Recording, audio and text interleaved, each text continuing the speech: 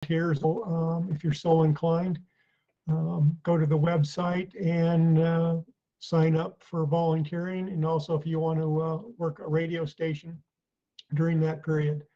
So I got to give Daron a lot of thanks for all the effort that he's put into this.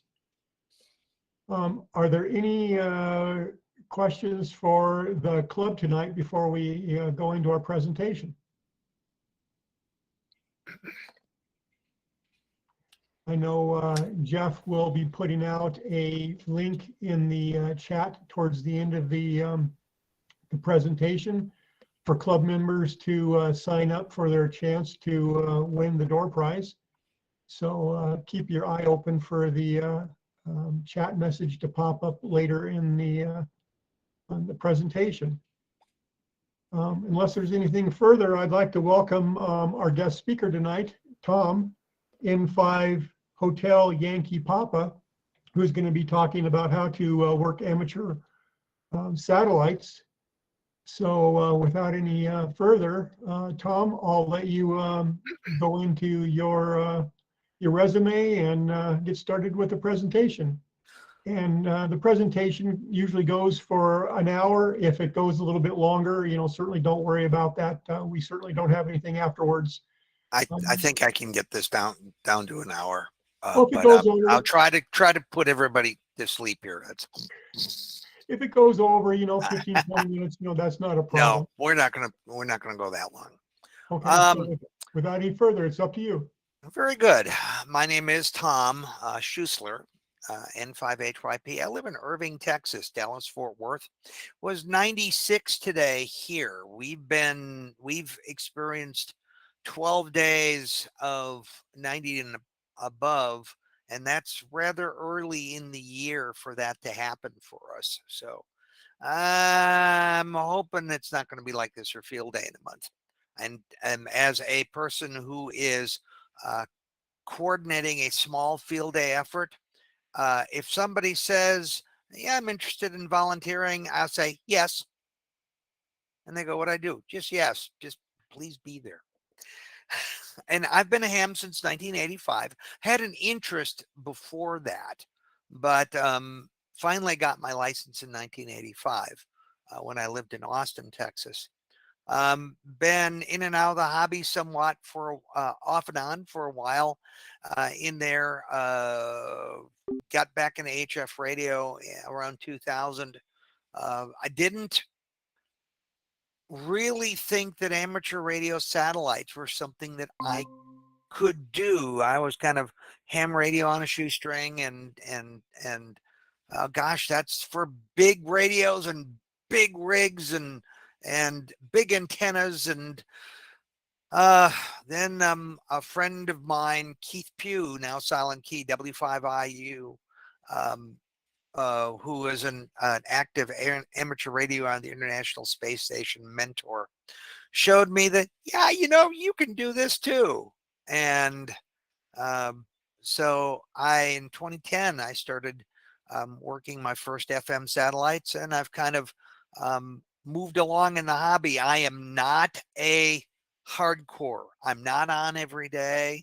I don't even have a permanent station working right now.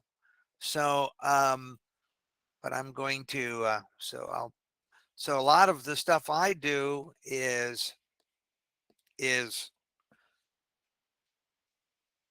portable or semi-portable or backyard portable. So there I am on my driveway, working an amateur radio satellite pass. And I'm going to actually show you at the end of this about a 8-minute video that I put together for the first virtual ham expo that has me doing a satellite pass from the front yard here. So we'll talk about that.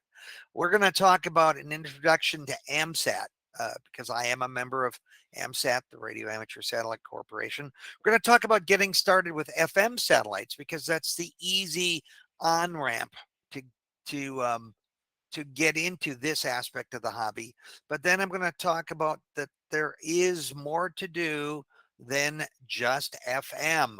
And all of you guys, if you've gone to a ham fest at some point, you've probably seen a rabid AMSAT doing FM passes with his waving his arrow antenna around, and that would probably be me.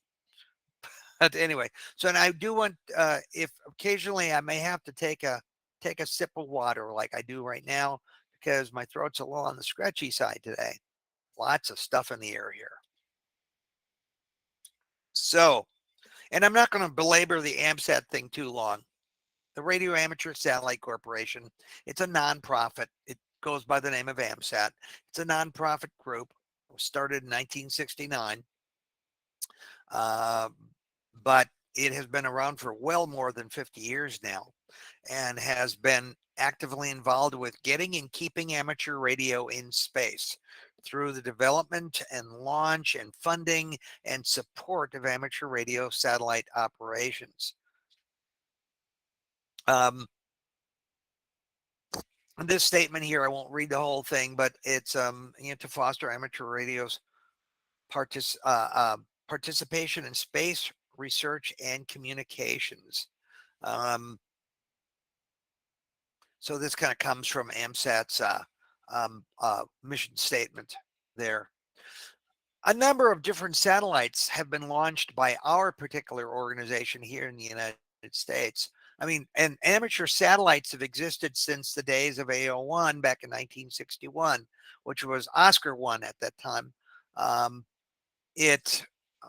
Orbiting satellite carrying amateur radio. AO1 through AO4 were pretty much just bleep sats, but then they started launching satellites that had transponders on them that allowed bidirectional communications. And the longest running of those, the longest operating satellite period in space right now is AO7, which was launched in 1974 and is still functional today, although I'll tell you a story about it later. And recently, we've been involved with others, but recently a series of CubeSats known as the Coax satellites. A CubeSat is a standardized form factor for small satellites. Back in the day when you wanted to build a satellite, you kind of built it around the electronics you thought you could build. And some of them were rather odd shaped.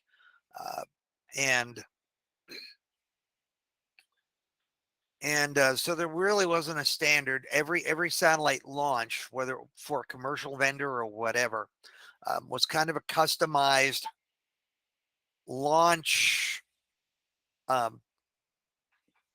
mechanism on top of the rocket. Back in the late 90s, a guy by the name of Bob Twiggs, who used to be a professor at Cal Poly in California, he was teaching an aerospace engineering class, and he was trying to come up with a project for his students to do. And he was at a Hobby Lobby, and he saw one of those clear plastic cube things that you put like baseballs or soapbox derby cars or something like that in. And he saw one that was about 10 centimeters around at 4 inches. And he had an idea, and he brought it back to his class and said, design me a space frame that looks kind of like this and has satellites and solar panels and antennas. And then design me a way to get that launched and then deployed off of a rocket. And thus came the CubeSat standard. So the AMSAT back in the late part of the first decade of the 2000s embraced the CubeSat model and decided to build a series of them, of which we have launched all of them, and we're working on some more. And the Coax CubeSat is a 10 by 10 by 10 centimeter. It is 1 kilogram in weight, and it has a series of boards internal to it. The bottom 3 are a transmit board, a receive board, and an IHU, internal housekeeping unit, a little mini computer that can handle some of the basic operations and data collection. And then there's a battery board and usually a bar magnet for passive stabilization. But then we have 4 card slots that we have given out to other universities to provide experiments that our radio systems were able to then telemetry back to Earth, data being picked up by radio amateurs all around the world and sent via the internet into a centralized database. And the ability to host educational payloads got AMSAT a number of free launches in AMSAT's educational launch of nanosatellites program.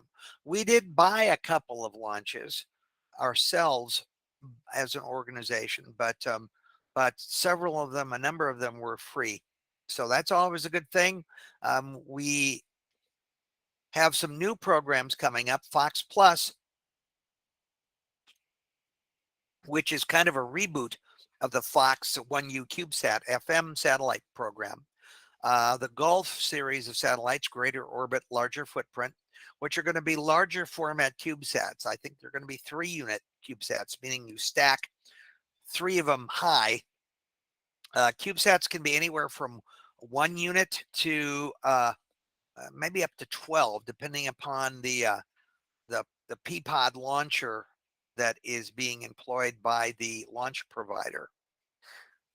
So hopefully we will see some of this series getting launched within the next couple of years because of the supply chain issues we have had to pull out of one NASA manifest for the Gulf T satellite. Technology, exploration, experimentation, and exploration, I guess is what T stands for. Something like that, at least. Because of supply chain stuff, we just weren't sure we were being able to get all the parts that we needed to be able to put the thing together and get it organized. And trust me, there's a lot of smart people in our group. I'm not one of them. Another thing that we are offering, if you are affiliated with a college or university that has an aerospace engineering program, AMSAT is offering its transmit, receive, and IHU board stack to any university wanting to include it in their own CubeSat. That image on the right is from University of Washington's HuskySat satellite. It did get launched with the AMSAT board set, and it worked for about 6 months. Unfortunately, space is hard, and after about 6 months, it died. And the theory is that their heat dissipation wasn't as good as it needed to be, and the electronics, at least the RF electronics, got cooked because of heat. So, but University of Maine is coming up next year, we hope, with a launch with the board set, and off we go.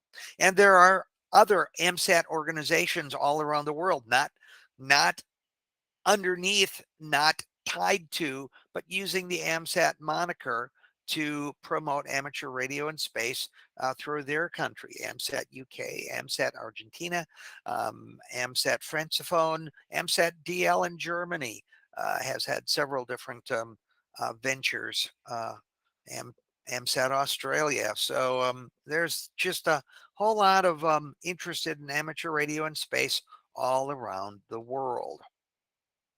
And we have memberships. Go to launch.amsat.com for more information. Sorry, it was a big commercial, but it kind of gives you an idea that there is an organization of people, and there are other groups as well around the world, and even here in the States, that are doing development projects for amateur radio in space. I just happen to be an ambassador for the AMSAT group, and so I am.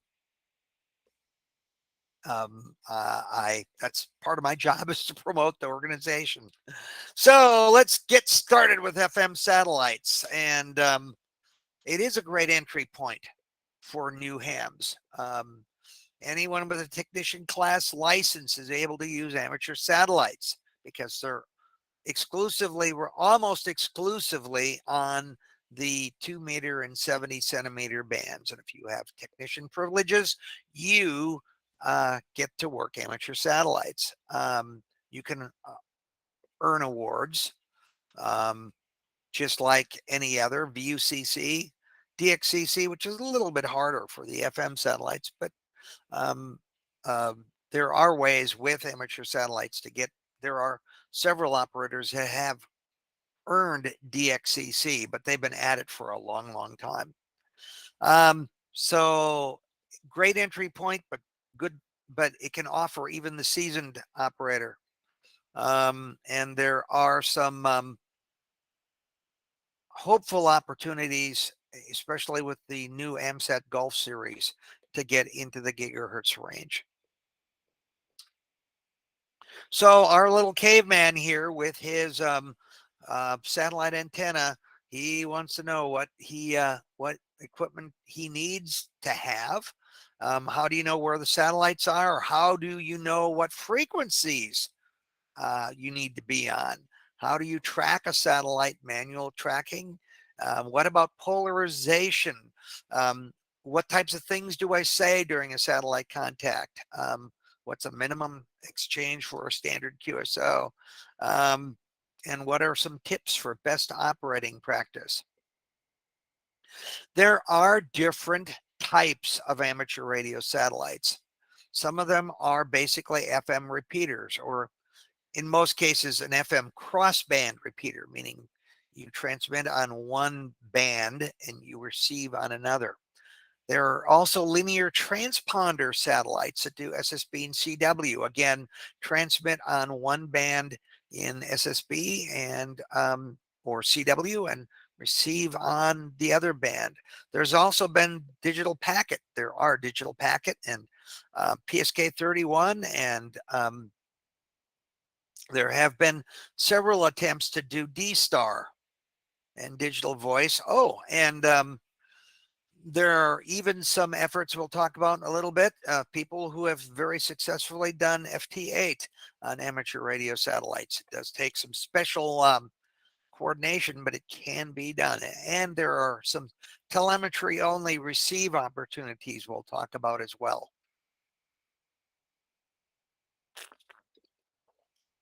So, and again, we're talking about FM satellites right now, but we're going to move into the more the little higher end stuff in a minute. Basically, for an FM satellite pass, you really want to be able to do full duplex, and I'll explain in a little bit more of why that's important. But one radio that can receive on one band while transmitting on the other is a really good thing. If you've got two separate radios that are not full duplex, you can still use that. That works out very nicely. You could also use an SDR as a receiver, such as the FunCube dongle or an SDR Play or something like that. And a note here that all dual band receivers are not full duplex. Not all advertised full duplex transceivers are truly full duplex, and I'll explain that in a minute. Some of it has to do with descents, and not all receivers are created equally. This is a list of, at least as of about a year or so ago, some of the best full duplex handheld radios for FM. I do have an ICW32A, which is full duplex, but it has horrible problems with descents on when you transmit on 2 meters and receive on 70 centimeters because it's a third harmonic and it just wipes out the radio. But it does, and it also has some frequency limitations. You can't transmit below 440 unless you modify it. And I've looked at the modification. You pretty much have to take the whole stinking radio apart to get to one place to cut one wire, one lead on a diode. I kid you not. But there we go. The Kenwood THD7, which is an older handheld, but the D72, which is no longer produced anymore. But if you can find them, it's a great satellite radio. The Yaesu FT470, 530, 51R. And then when it says UV, meaning the uplink is on UHF and the downlink's on VHF. Like I said, all these radios at the bottom of the list do have a lot of desense issues when transmitting into and receiving on 70 centimeters. So as a result, they're really only good for UHF up and VHF down. You just don't get the desense going that direction. And you could also use a dual band mobile. ICOM has several of them that can be used. Kenwood has several of them that are really good. Yaesu's 8800, I used to have one of those. That was really a nice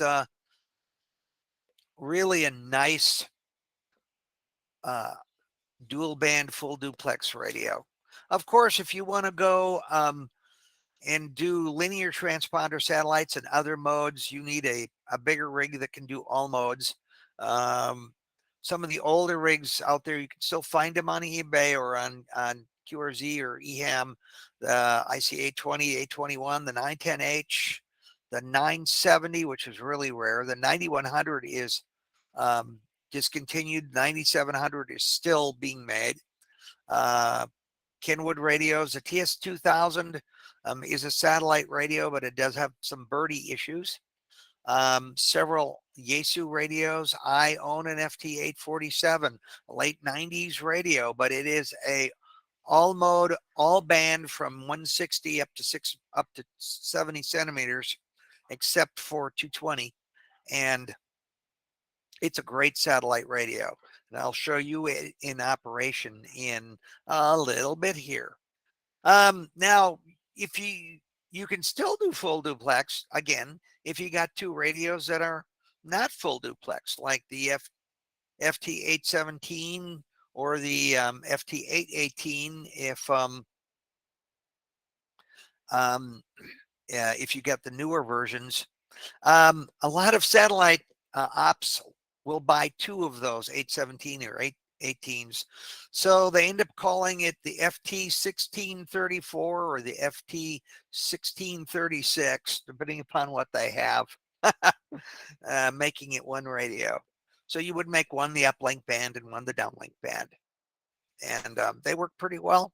But there are even some folks who do amateur radio linear transponders with only one of those radios.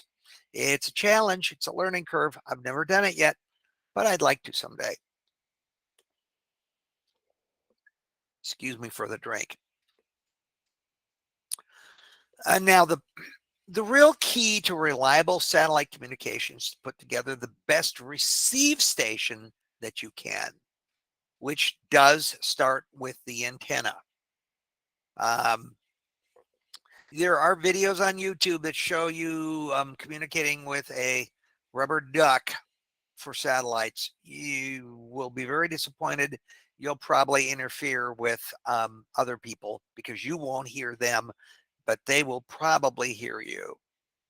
There are some good commercial antennas out there, Eero, the Elk. There's some homebrew style that are out there as well. That's the Eero. The base Eero 2 is a split beam, which you can take apart. Has 7 elements on 70 centimeters and 3 elements on 2 meters. It is a cross feed so that the antennas do isolate each other. It does have 2 separate feeds, but you can purchase a 10-watt duplexer that sticks in the handle if you want to use one radio and feed them both, or you can feed it separately, or you can use an external duplexer. The Alaskan Arrow is just a longer version of the same thing. It has 10, or I think the newer version actually has 11 elements on 70 centimeters. And that's me on the coast of Maine with my arrow. I was trying to work kind of unsuccessfully across the pond, my one opportunity to do that. There's the elk antenna, which is instead of being a Yagi, it is a log periodic that was originally built to work on 2 meters, but it also does fairly well on 70. I like my arrow better than my elk. I think the elk balances a little better. I mean, the arrow balances a little better. Plus, I think the elk has some funny little nulls to it that drive me nuts sometimes. So I do use it. It's easier to fit in the back of the car, less things to take apart and put together, but it's not as much my favorite. There's a couple of different homebrew designs. Here's one of them by VE2ZAZ. He calls it an Aero style antenna because it's again a 90-degree cross beam for 2 and 70.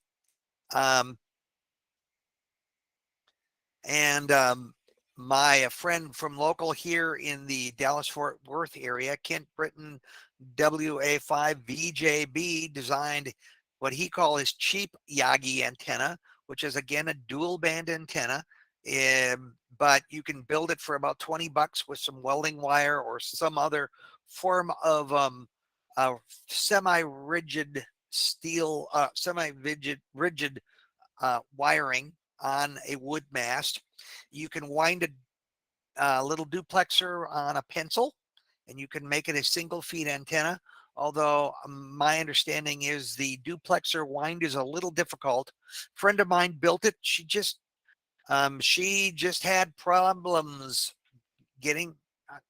making a contact. She decided to take the duplexer out of line and just feed it with 2 separate radios, and she did much better. In fact, last summer at an event where we were both kind of dueling radios, she blew me away. Everybody wanted to talk to her. Nobody could hear me.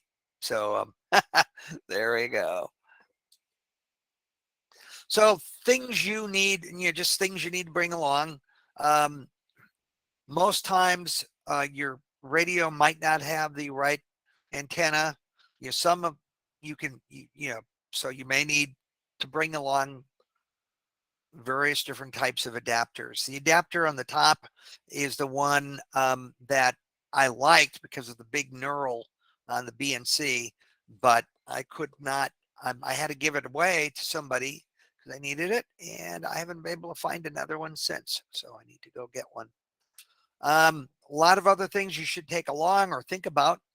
A compass is a good thing, and your smartphone can usually do pretty well as long as you're not close to any big metals. Some sort of voice recorder is a good thing, whether it be on your phone or whether it be on a standalone recorder. I have a couple of them. Some audio splitters, if you might want to put the audio directly into your recorder. Do an external duplexer if you want to run more power. Make sure you have a good collection of adapters. I have a whole little fishing tackle box with a bunch of adapters. Headphones, if you want to isolate, if you're have a single radio that does full duplex, you definitely want to, either with a speaker or with headphones, separate the microphone from the speaker, or you will be doing feedback and you won't make any contacts and everybody else will just hear noise. There's satellite tracking apps and software out there. You'll need to know when the satellite's AOS, when the TCA, when the LOS.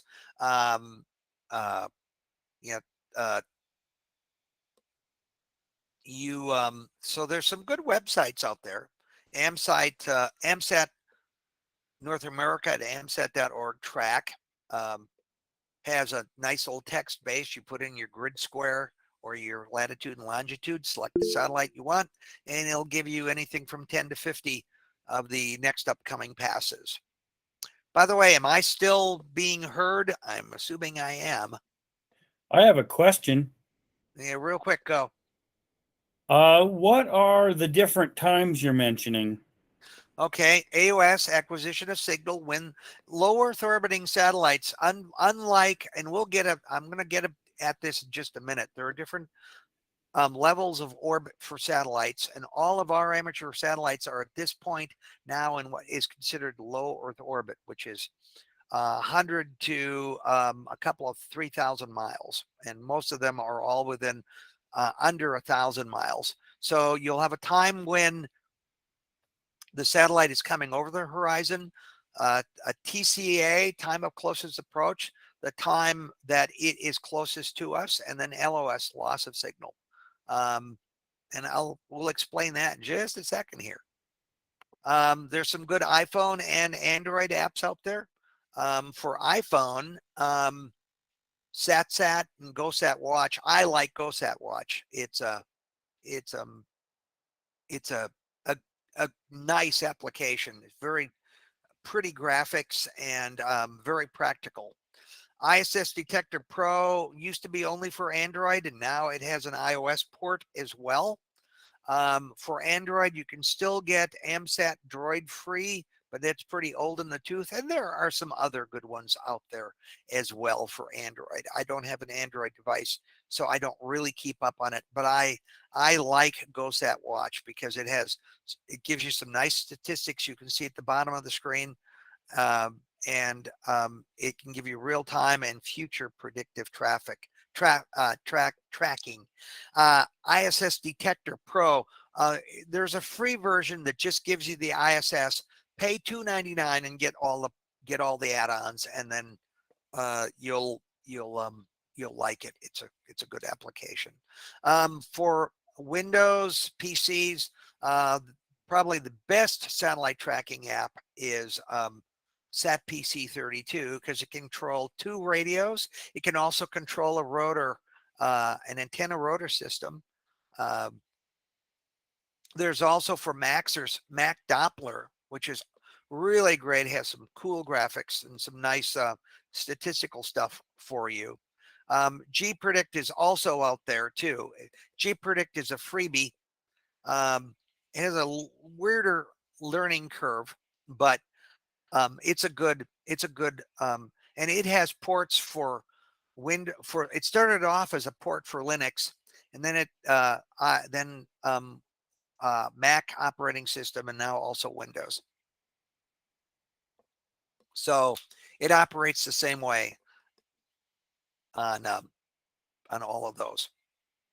There's also some past prediction web tools out there. I mentioned N5HYP has been around for a while. It's a great way to track any satellite whatsoever. You want to specifically tell it when you're predicting passes that you want all passes, not visible only, or you will only get times when it's after dusk and before the satellite goes into eclipse. The one on the left is AMSAT Argentina's PASS program.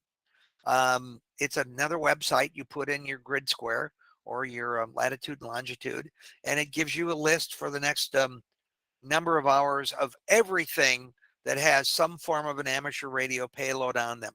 Not all these satellites listed,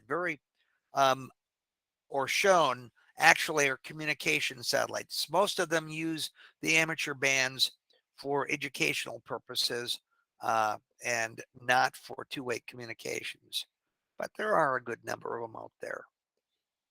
And I mentioned AMSAT's website that has a nifty little just graphical, not graphical, text-based prediction thing. You put in your latitude and longitude, you tell how many passes you want of which satellite you want. In this case, it's AO92, and it'll give you a listing of the next 10 to 50 passes that would be coming over your time. Amateur satellite passes range from about 10 minutes at minimum to our highest satellite. Right now, RS-44 can get you about 23. There used to be satellites that had much more elliptical orbits and that would be visible over a particular part of the Earth for 8 or 10 hours. But we don't have any of those at this point. So here we're talking about the concept of a pass is the it being visible over your location, AOS to LOS, and TCA is the time of closest approach. You know, and like I said, the altitude of the satellite above the Earth as it's passing over you will determine how long it is visible to you. So basically, and so I'm going to show you a couple of videos here. And this is just from GoSat Watch. It's just a small collection of of all the different satellite objects that are up there. There, of course, with Starlink, there's thousands of them now. But I'm going to run a little animation here, and we're going to zoom out from low Earth orbit through the through the GPS band all the way out to the geostationary satellite.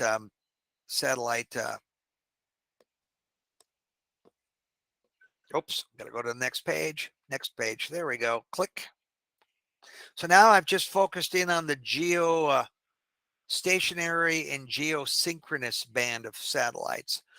We all know if you've got DirecTV or whatever, you have a dish on your roof, and you never have to move it because that particular satellite is orbiting around the Earth at the exact same, it's at 23,000 miles up, and its orbital speed makes it orbit the Earth the exact same amount of time as the Earth's rotation. So it appears to stay stationary in the sky. Well, it has a little bit of wobble, but they have to station keep these things to less than a half a degree or less than a quarter of a degree. So the satellite is always overhead. In North America, we do not have any satellites like that.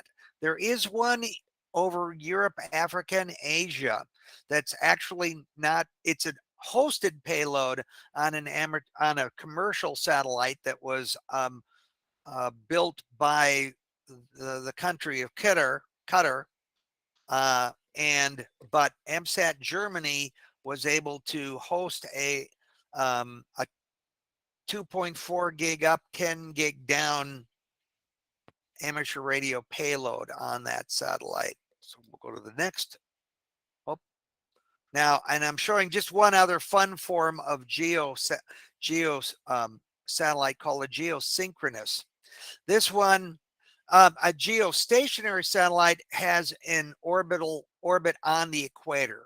A geosynchronous satellite is also at 23,000 miles up, but it has an orbit with some level of inclination. So over the course of a 24-hour period, it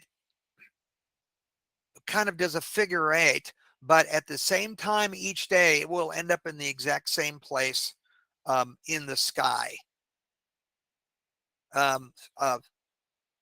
Sat phones tend toward using geosynchronous satellites.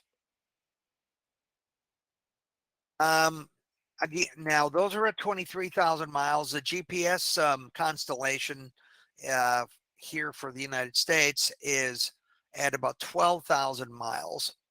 And so each satellite can only see, a geostationary satellite can see almost 1/2 of the surface of the Earth. Not quite, but almost. A GPS satellite sees a little less because it's at 12,000 miles, but it still is a pretty big footprint.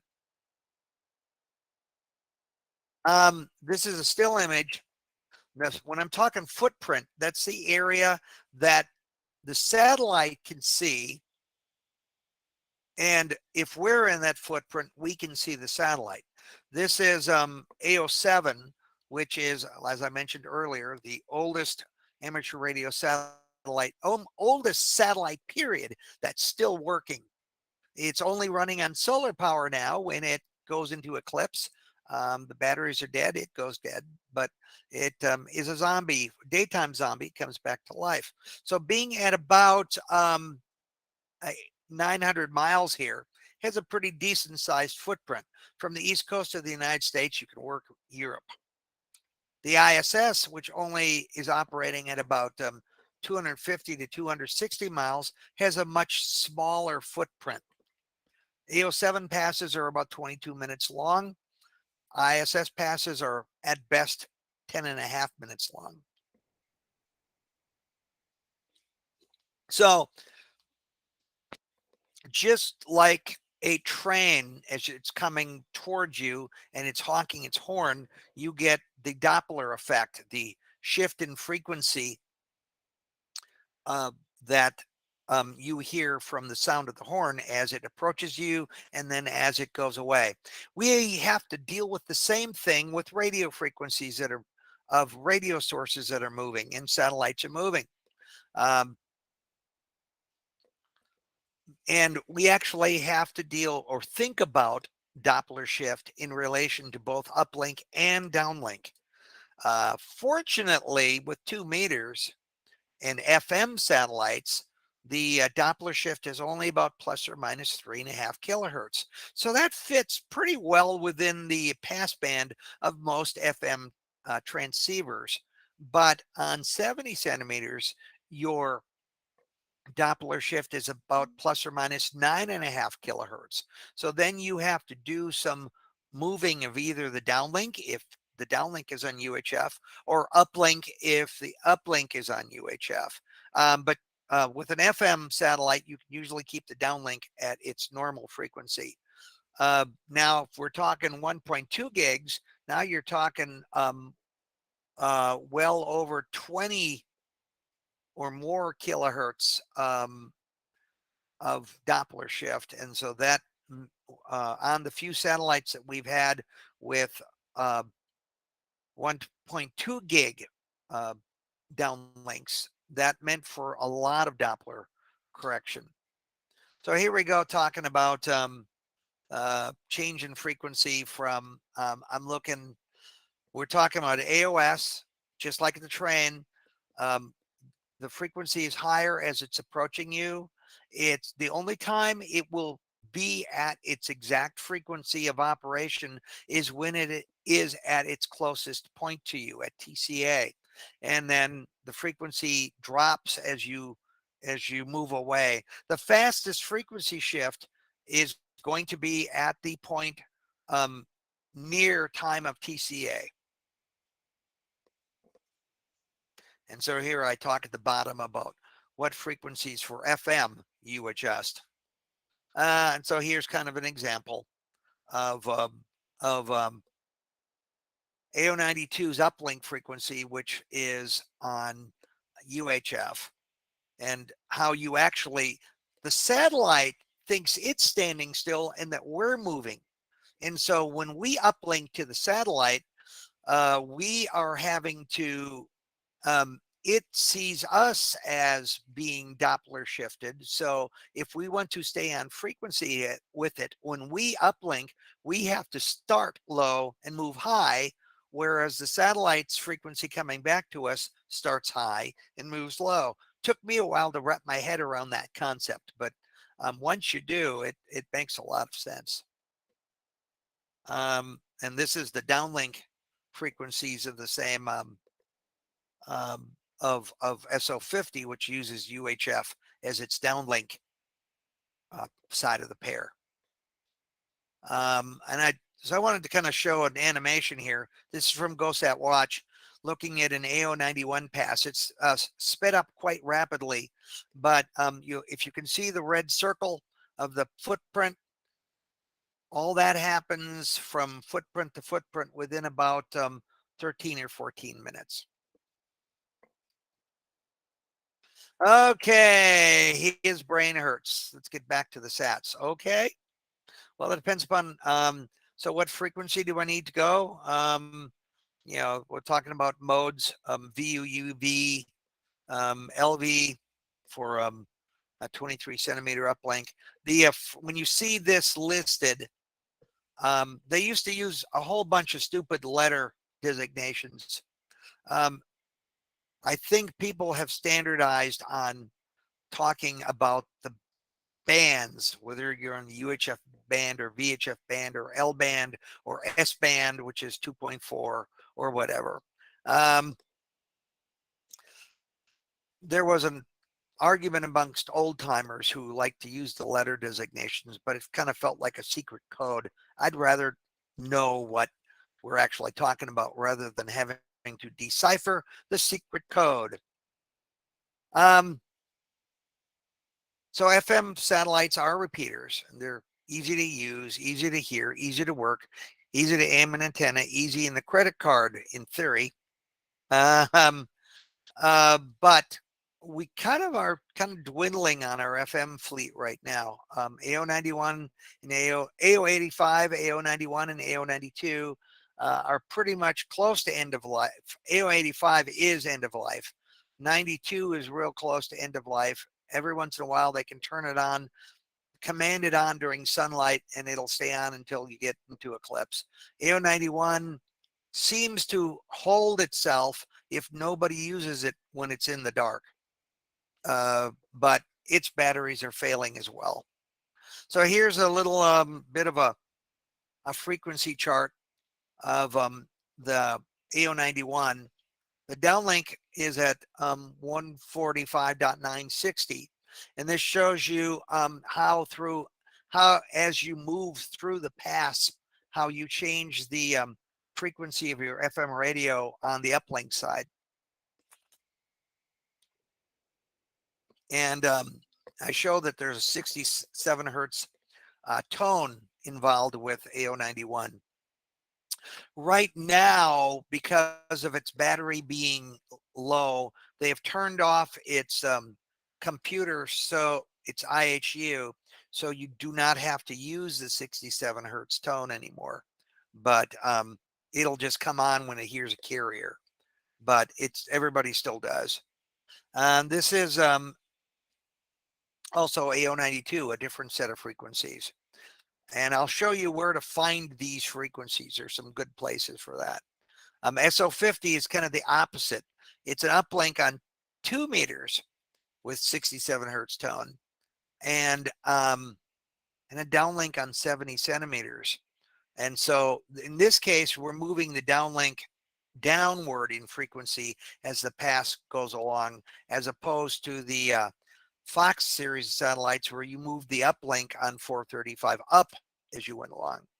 And then there's another FM satellite called PO101, which is a Philippines satellite that's not on all the time on FM. Sometimes it's in an APRS mode. And there's also a satellite called LilacSat-2, which is on in a really, really, really, really irregular schedule. And then there's a rather older satellite called AO27, which is supposed to be on for 4 to 6 minutes every pass, but I think it had failed some years ago, and now it has to be commanded on periodically. And so so there are really only a couple of very consistently operational FM satellites. The ISS crossband repeater is also one of them, but it is also not always on crossband FM mode. Sometimes it's on APRS.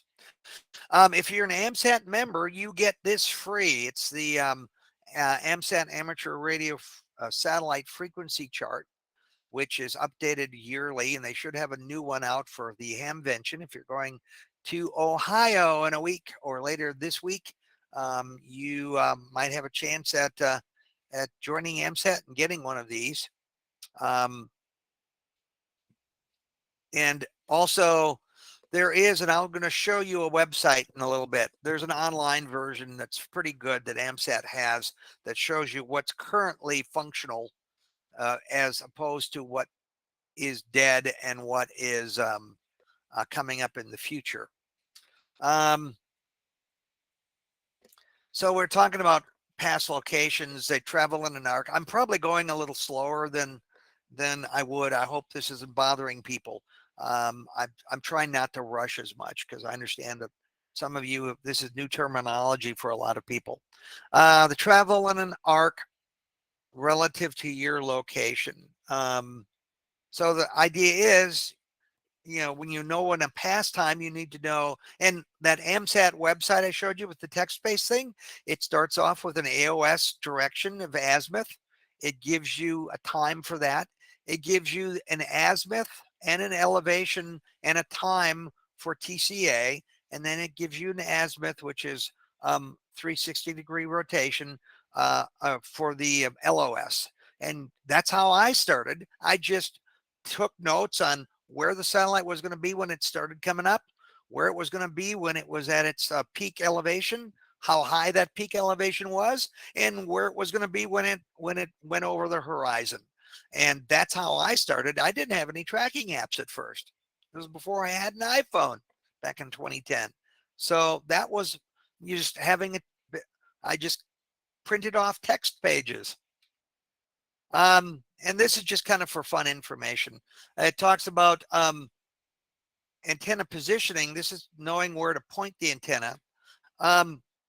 Most of these small CubeSats or small satellites these days are using basically linear monopoles, or basically a half of a dipole. Quarter wave wire antennas sticking out. And so polarization does make a difference how your antenna is oriented. So you will want to try to orient, at least for the best signal on receive. Now, that might not always work for the best signal on transmit, but so you'll find yourself, especially if a satellite has tumble, or even if it doesn't, as its antenna orientation to you changes as it goes from AOS to TCA to LOS, you may have to spin the antenna around in order to get the best sounding signal.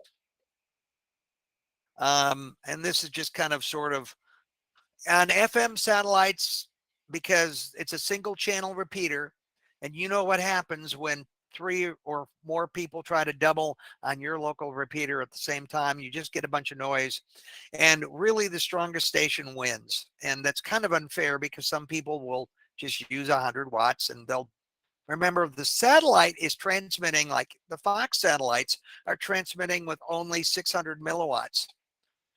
You can go 5 watts on your handheld. You can go 50 watts on your mobile. You could use a moon bounce grade antenna and transmit 1500 watts into the FM satellite. You would win all the time there, but what you want to do is make it fair for everybody. So we try to keep on the FM satellites, especially, the conversations really quick. Call sign and grid square. That's pretty much it. No chit chat, please, on the FM satellites, unless you know that you're the only person there, or you and one other person are the only person there. It talks about programming your radio with the correct satellite frequencies and tone. Use headphones to minimize and enhance ability to hear, especially with full duplex. Have the ability to record the pass, because they're going to come real fast, contacts, and you're not going to be able to write them down while you are holding the antenna and holding your microphone and radio and stuff. You got to pick a satellite to work, know its frequencies, recall a strategy for dealing with Doppler effect, and pick a location where you have a clear best view of the horizon. And this just more related to that.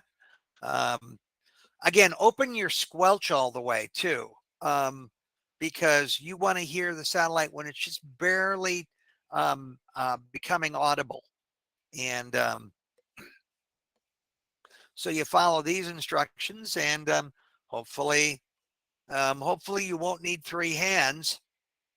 This guy's got a problem. His microphone is pointing up in the air, and he's got 3 hands, and he's still having problems. But You can do it with 2. It works out real well. You can do this. And I would suggest that you listen. Start off by listening. Just because you heard this talk, don't go out with your aero antenna and just immediately try to hop on. You will probably stomp on people, and they'll stomp on you, and just listen, see how it works. Get to know some of the call signs that you will hear regularly. And then, on a pass, like a weekday pass, or maybe an overnight pass on the ISS crossband repeater when it's on, when there's fewer people, then you can hop on board and give it a shot, and hone your crafts a little bit. Spot the bad operators, the ones who don't seem to be able to hear, but they're calling anyway. Oh, I hear that all the time. Learn from their mistakes. And these are just more of the operating tips. We've already talked about all of this stuff already. And I can make this presentation available as a PDF, except for the animations. Now we're going to talk about BM. What else can I do?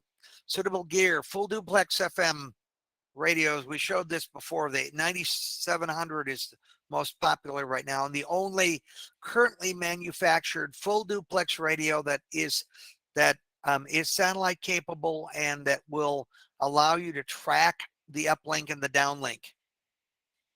But you can get some used stuff, and I love my 847. It's really nice, but it would be nice to have a pan adapter, or you can do 2 radios like I said before.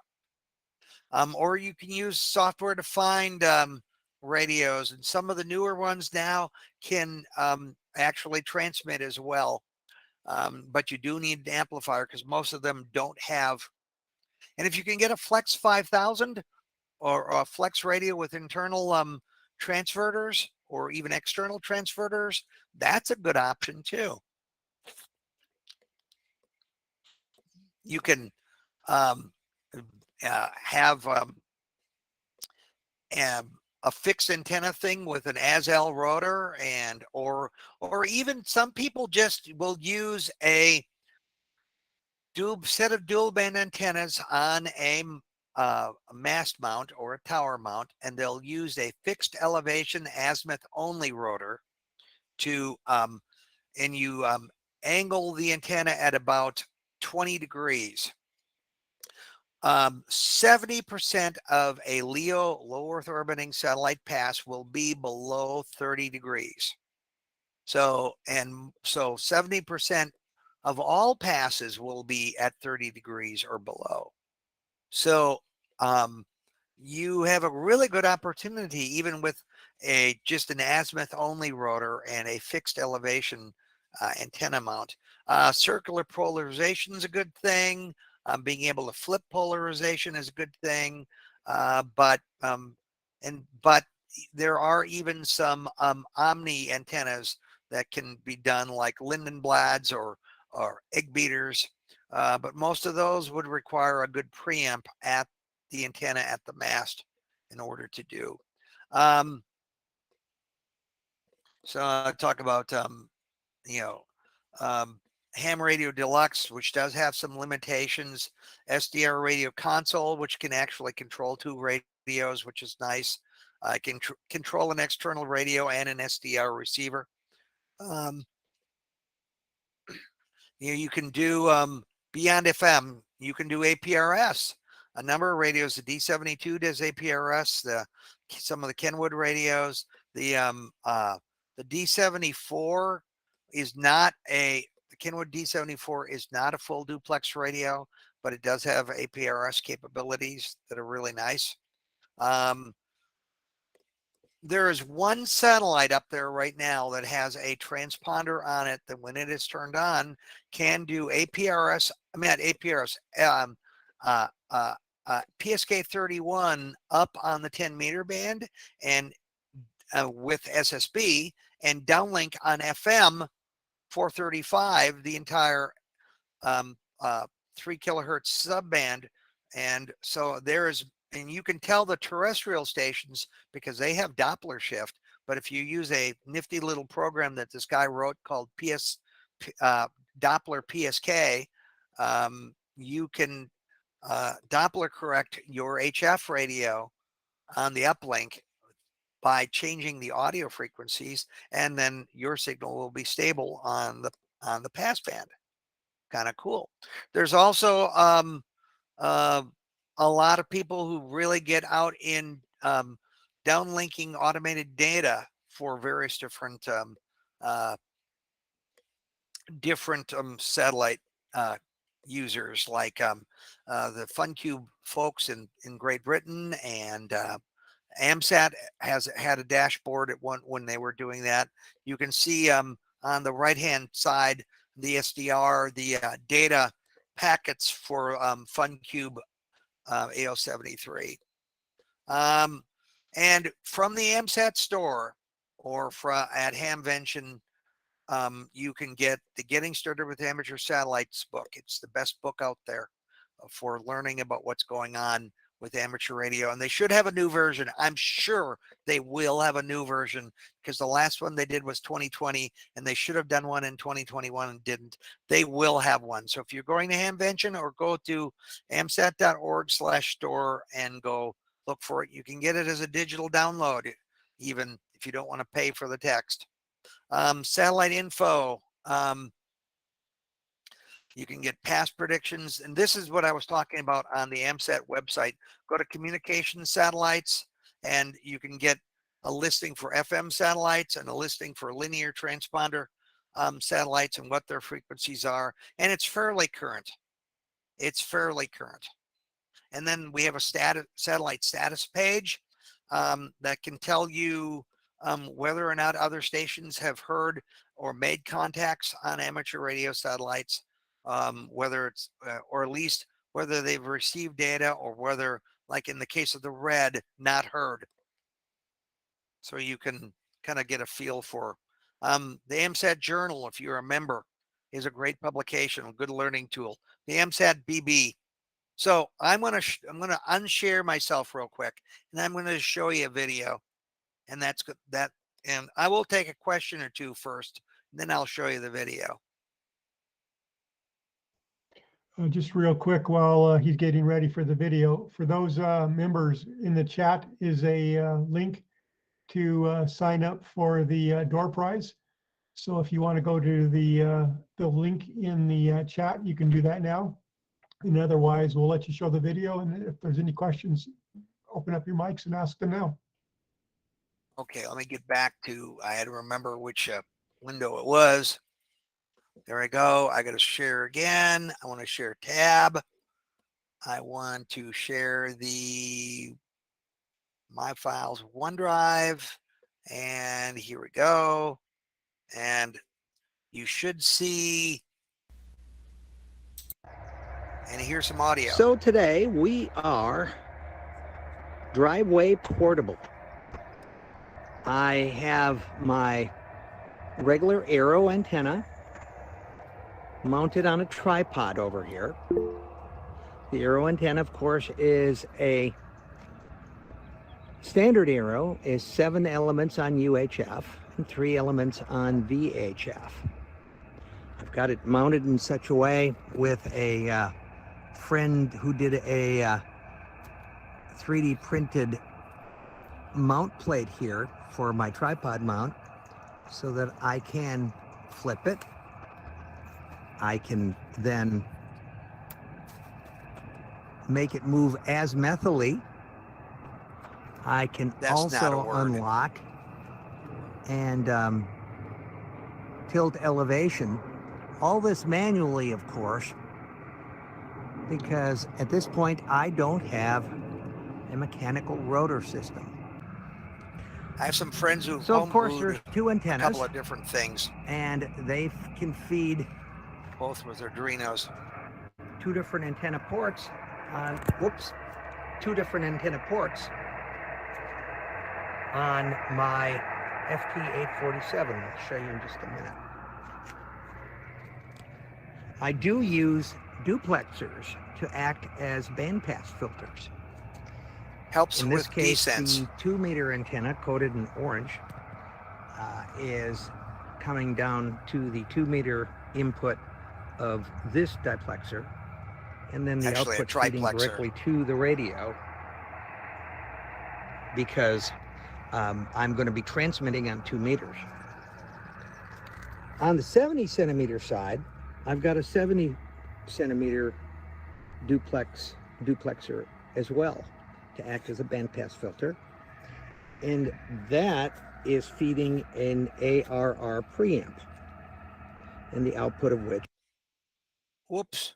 Uh-oh, what happened to my video? Hold on. Sorry. What? Okay. That was weird. Why did that stop? I'm going to do this different. Am I still, And the output of you guys still hearing me? We are. Okay, I'm going to which refresh is my feeding page back and into see the if it'll radio. come back. That was weird. Hold on. Transmitting on 2 Let's hit meters. F5. Pod mount. So Okay. Sorry about that. Yeah, it came back. That's novel. Let me go and because find at where I this was point, there. the radio.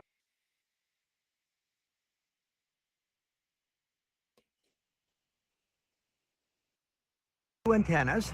Okay, now go a little And farther they- forward. 847. You use duplexers to on my FT847. I'll show you in just a minute. Is coming down to the Okay, 2-meter Getting there. feeding back into the radio. So we're There going we to sit down at the desk here for just a minute. We've got a couple of other things going on here. I've got GoSat Watch, my favorite iPhone and iPad app. Track. So we're going to sit down at the desk here for just a minute. iPhone and iPad app tracking RS-44 right now. And I can look at what its current elevation and current azimuth are. And I can see a upcoming path of where the satellite will be. I've got my FT847, which is right now in satellite mode, being controlled by SAT-PC32 on the laptop here. SAT-PC32 allows very accurate Doppler correction, provided you have the location correct and the time correct, and that you have downloaded current orbital elements for the particular satellite that you're working with. Okay, we're a couple of minutes away from RS-44 or AOS. It's going to be coming around 7:19 this evening, or 1919 local, or 0019 UTC. It's going to be starting pretty well straight north. Maximum elevation will be 35 degrees to the east, and then it'll be trailing off to the southeast from there. I'm going to do this differently. That's me, right there. Okay, so satellites come over the horizon. I can hear myself when I'm keying. I'm going to switch back to SSB.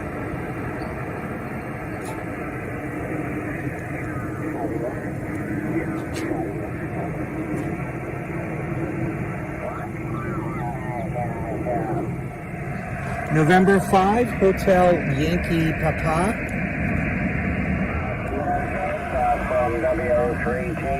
WO3T from N5 Hotel Yankee Papa in Echo Mike 12.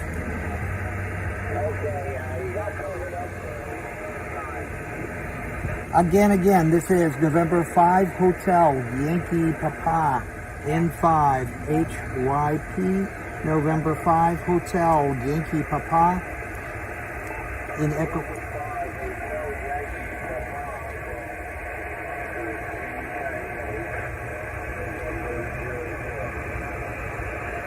Was it Echo November 00? Echo November 00, is that correct? Okay, I got you as a Fox November 00. I'm tuning myself in a little bit here. Okay, what's the grid there? The grid is Echo Mike 12. Echo Mike 12. EM12. Full duplex. That's kind of the advantage to know that you are actually hearing yourself and you're actually hitting the satellite. To watch. Okay, well, I hope everything comes out okay for the demo. Dave here is calling Charlie Alpha Radio Mike. Other people trying to find themselves. Well, very good. This is Irving, Texas, Dallas, Fort Worth. So I'm going to zip forward a little bit here just to clear it out. We talk for a little bit and then. Duration satellite and huge footprint. That's exactly where the satellite yes, was. That's why I'm demoing it here, because it is. Canada yet. I am using an FT847 into a aero antenna on a tripod, so probably not the best signal in the world, but it works. Oh, you're doing great. You're doing great. You're 5'9", no problem. Of course, all you have to do is get the satellite does the rest. Transponder is, there's a lot of RS over satellite, 5HYP. That's just now, if you, I wanted to back up just a second here because I wanted to show you how the software is actually been experimented with and seems to work. If you look at the top, you can see the Doppler shift. That being said, controlled by the RS-44 still just barely halfway through its pass, but I'm done. 73 to you all from Tom, N5HYP. Okay, let me get out of this. I'm going to have to stop sharing. And that's kind of what I got. Stop presenting. There we go. So sorry that took a little bit longer, but I hope you got something out of it, or at least got your whistle wet, so that you want to find some more information. Again, if you do want to find some more information, the best book out there is Getting Started with Amateur Satellites from the AMSAT store, amsat.org. Go to the store and go look for that. And like I said, wait a week or so. They'll probably have the new version out, which will have the most current frequency information, the most current satellite information. Will probably keep you from trying to work satellites that don't work anymore. And that's that. So any questions? Or did I put you all asleep? Tom, that was just great. We really appreciate it. And I hope you appreciated the fact that I tried to throw a demo in, but most of you guys, if you've been to a ham fest, you've seen somebody out there doing FM passes. I wanted to do something different. I wanted to show you that the nice thing about the linear satellites is because let me explain the linear transponder a little more. We all know an FM single channel repeater. Your FM radio transmits about 5 kilohertz wide, and the FM repeater receives about 5 kilohertz wide. And I talked about doubling and all that. Linear transponder listens to a swath of frequencies. Might be 20 kilohertz wide, might be 30 kilohertz wide. In the case of FO29 from Japan, it was 100 kilohertz wide. And then it retransmit on, say, in that case, it transmits on, listens on 2 meters, and then it retransmits that whole 100 kilohertz wide, in the case of FO29, onto a 70 centimeter set of frequencies. It's linear because it has a limited power budget, and it will retransmit signals with the same strength that it heard it. And you can have multiple simultaneous conversations in CW or SSB, or now on some of these satellites down at the bottom end of the passband FT8.